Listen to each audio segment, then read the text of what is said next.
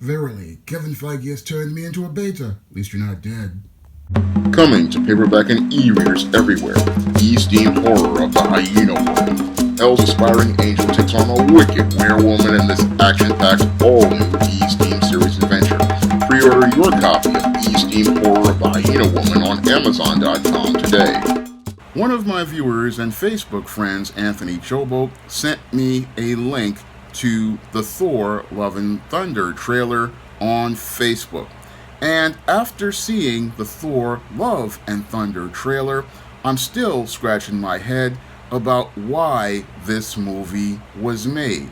Now, the critical question every screenwriter like myself has to answer before we put fingers to the keyboard is, why should we care? Because we need the audience to care about the story that we're writing if they're going to be interested in watching this movie. And it seems like to me that the screenwriter for Thor Love and Thunder really didn't answer that critical question because they were too busy counting the money that they received for writing this script in advance. And because they were counting the money that they received for this script, they basically just phoned this script in and gave Marvel Studios whatever they wanted instead of giving us a very compelling story. Because when I look at that 1 minute and 30 seconds of that trailer for Thor Love and Thunder, I don't see anything to love about this movie like I did when I first saw the teaser for Captain America Civil War. Now, Captain America Civil War had a trailer that just drew you in, had a very intriguing story told in about 1 minute and 30 seconds, and you basically were just drawn into that story, and it just made you care so much to find out how Steve Rogers was going to clear Bucky's name and try to find this real killer. There was some thought put to the plot of Captain America Civil War, and there was some good character development in Captain America Civil War. So we got depth and layers and story with Captain America Civil War, but we don't get this with Thor Love and Thunder. No, it looks like to me that your Marvel Studios is declining as related to quality, as related to stories, and as they've seen themselves do well at the box office with each progressive MCU movie, it seems like Marvel Studios is now resting on its laurels, and a lot of the people like Kevin Feige are getting very comfortable. And as they're getting comfortable, they're letting the standards slip for their Phase 4. And this Phase 4 has been a complete disaster as related to the quality of the films. Because your Black Widow, Eternals, they just were poor quality films. Black Widow was mediocre. Eternals was just absolutely terrible. And if it wasn't for Spider-Man No Way Home, your Marvel Studios would be in the middle of a slump. And they really technically are in the middle of a creative slump because we're not seeing the high quality level of storytelling we got back in 2008 to 2011 with Iron Man, Captain America, Thor, the Incredible Hulk, and the Avengers. No, ever since Avengers Endgame, the quality has just precipitously declined in terms of the storytelling, and Thor Love and Thunder is a movie that's looking even worse than Eternals. Yes, this film has some very beautiful visuals that come straight out of a comic book in some cases, but I'm not really seeing any sort of substance as related to the story. And it's the story that gives the reader an incentive to go out here and care about it and spread the word of mouth. But the whole thing is Marvel Studios feels at this point they don't have to give you any sort of quality as related to the story. And that's one of the big problems with Thor Love and Thunder, because this plot about, Thor has fought all of his great battles after Avengers Infinity War seems to have gotten himself back into shape, and now he's trying to figure out what he wants to do with the rest of his immortal life. That really isn't much of a story there as I see it, and I don't really want to sit there and see a Asgardian god just sitting up here drifting through life, because I've seen many of these kind of movies about the guy going out here trying to find himself, and I found myself quite bored watching these kinds of movies, because those kind of guys who are sitting there talking about they're trying to find themselves, usually they are some of the lamest guys out here, and these are the traits of basically your beta male who just does not have any sort of purpose or direction. No, when you're making a movie, the other critical question you have to ask is, what does this character want? And that's another question that the screenwriters didn't seem to want to go out here and answer, because they got their paycheck from Marvel Studios to write this script, and they can't figure out what they want Thor to do in this story, because all they wanted to do was go out here shopping online for some stuff on Amazon.com. And I guess in between shopping for whatever they were buying on Amazon.com, they just came up with this whole Gore the God Butcher character, who was supposed to be an antagonist for Thor, but he seems like he's going to be cut and pasted in, or just tacked on to the story about this drifting Thor.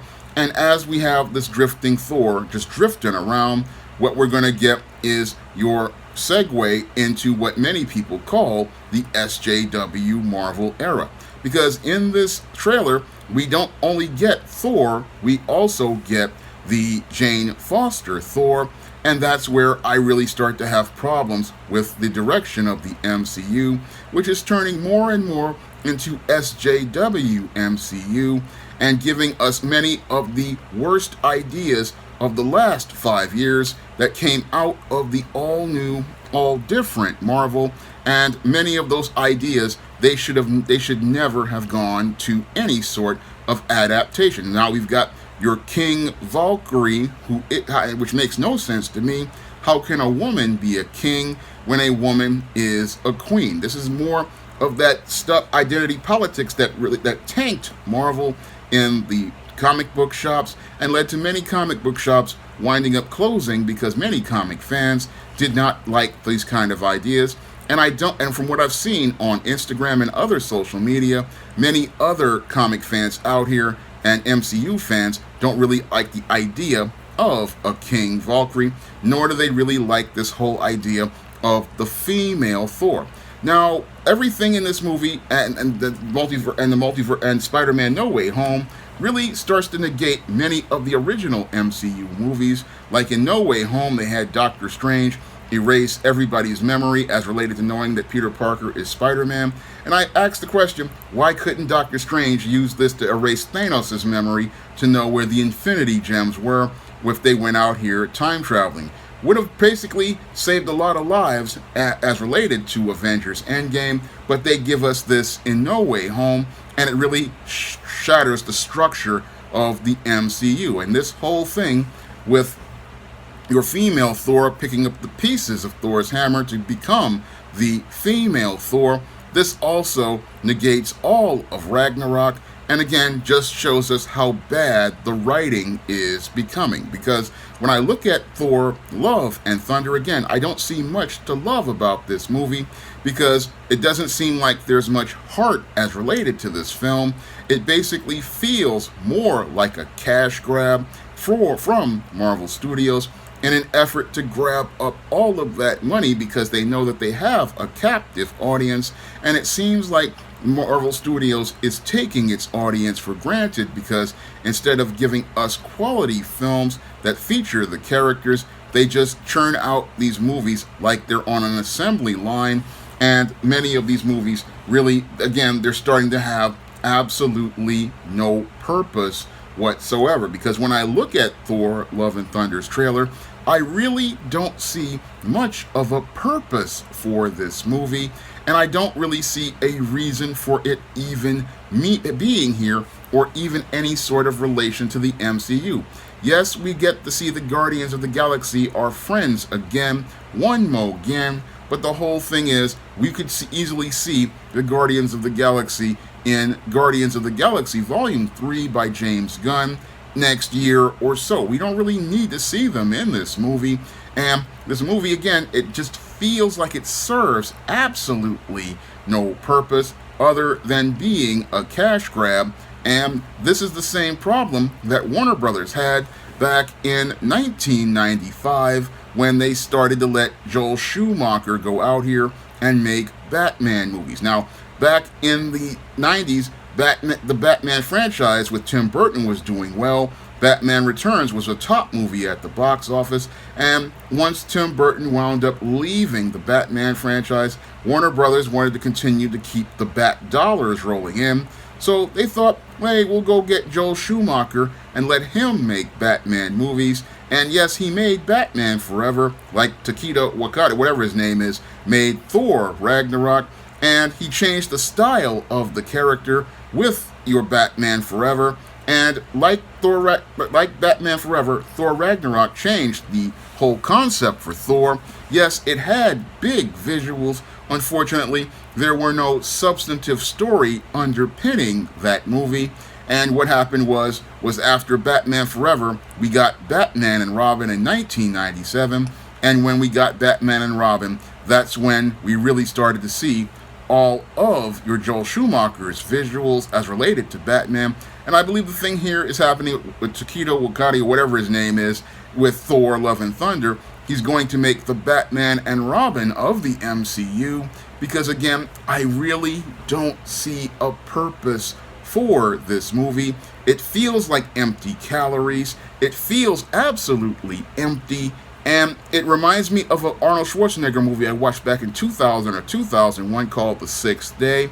And I remember after watching The Sixth Day, I just basically forgot about this movie within about seconds of watching it. I mean, I sat there, watched this movie for 2 hours, and it basically just deleted itself from my brain. And the Thor Love and Thunder movie feels the same way that The Sixth Day did. It just feels like it's just there for the sake of being there, and it just feels like empty calories at this point. And when I look at the MCU as related to their Phase 4, it is a creative failure, and it's a creative failure because we've gotten all of these movies that are a whole lot of flash, but has none of the substance of the original Marvel comics, and it has none of the substance of previous earlier Marvel movies. Basically, the MCU is deteriorating creatively, and it's really lost its way as I see it, because I don't believe that these kind of films would be produced back in 2008 or 2009 when we had Iron Man and Captain America, the first Avenger, and the quality of the storytelling was far superior back then than what we're getting right now. When I look at what we're getting right now with Thor, Love and Thunder, I really see how studio politics, identity politics, and social justice have creeped into the MCU, and how they have really compromised the integrity of the storytelling as related to the characters. The characters are fading further into the background because Thor isn't really the center of his own movie.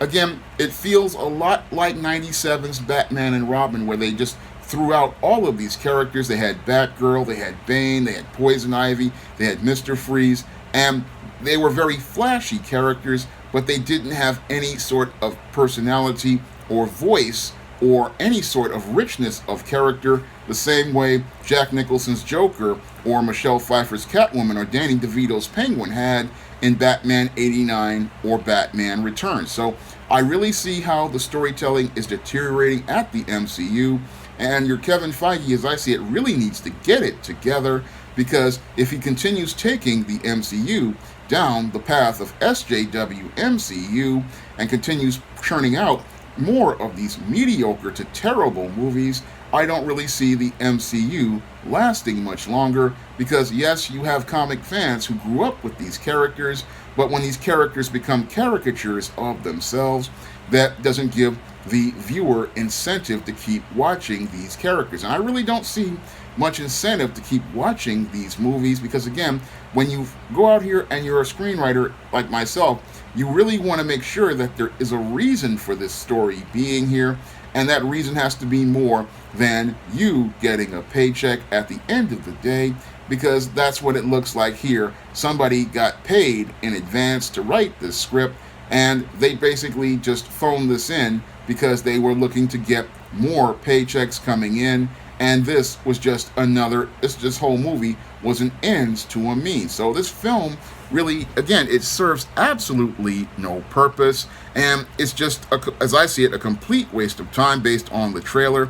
And I have more important things to do than watch Thor Love and Thunder, because what they presented in that trailer really wasn't worth the time that I took to even watch it. Now, I want to thank Anthony Chobo for sending me the trailer to Thor Love and Thunder, and he wanted to know my thoughts on it. Many of my viewers did, so I'm hoping that this gives you my observations regarding it. But if you want to pick up my books featuring the goddess next door, such in the ISIS series, you can pick up all of them on Amazon.com. Currently, the ISIS series is on its 20th book, ISIS Legacy.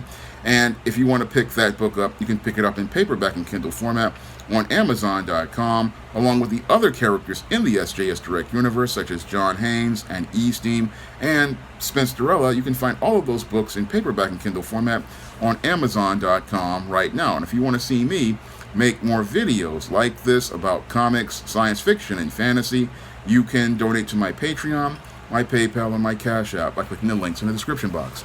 That's all I have to say for this video. You can comment, rate, and subscribe. Now available in paperback and e-readers, ISIS Legacy. Sorority secrets of the goddess next door are revealed in this all-new ISIS series adventure. Get ISIS Legacy in paperback and e-readers at online booksellers everywhere.